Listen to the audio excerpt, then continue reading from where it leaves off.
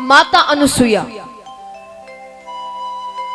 एक समय में उनके सतीत्व का डंका बज रहा था। तो जब देवियों को नारद जी ये बात बताते हैं, देवियां कौन? 3 देवियां। कौन है 3 देवियां?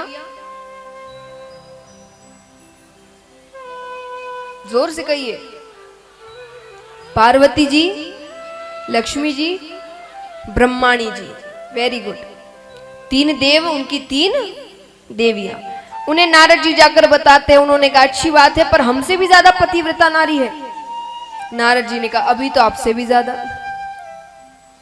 तीनों देव घर आते हैं। तीनों देवियां कहती है जाइए और माता अनुसुईया का सतीत्व भंग कर कर आइए। तीनों देव निकलते हैं, साधु का वेश बनाते हैं, माता के द्वार पर जाकर आवाज लगाते हैं भिक्षाम नहीं। माता फल इत्यादि लेकर आती है। तो ठाकुर जी ने कहा नहीं, हमें ये नहीं चाहिए, हमें भोजन करना है। माता ने कहा जरूर आइए अंदर। बोले नहीं, आप वचन दीजिए, हम जैसे कहेंगे आप वैसे ही भोजन कराएंगे हमें। माता ने कहा लगता है मेवा मिष्ठान इत्यादि ठीक है, मैं वचन देती हूँ, आप जैसा कहेंगे मैं वैसे ही भोजन कराऊंगी। अंदर बैठते हैं, बताइए आपको कैसे भोजन करना है। ठाकुर जी ने कहा जिस अवस्था में आप अपनी माता के गर्भ से निकली थी, हमें उसी अवस्था में भोजन करवाएं, यानी नग्न अवस्था में। ये सुनते ही माता की आंखों में क्रोध उतर आया। माता ने कहा आप जानते हैं कि मैं एक पतिव्रता नारी हूं, आपको मेरे श्राप से डर नहीं लगता? ठाकुर जी ने कहा आपने वचन दे दिया, पूरा करना नहीं करना आपके ऊपर है, और वचन अगर पूरा कर दो तब श्राप देना है या क्षमा कर देना है, यह आपकी दया पर निर्भर करता है। माता समझ गई ये कोई साधारण साधु नहीं है।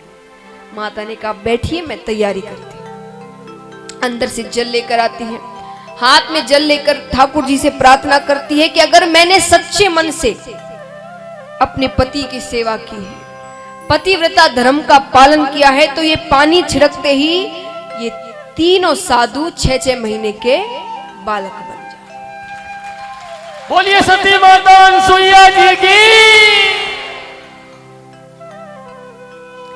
अब पानी छिड़कते ही तीनों साधु 6-6 महीने के बालक बन जाते। अब बालकों का भोजन क्या है?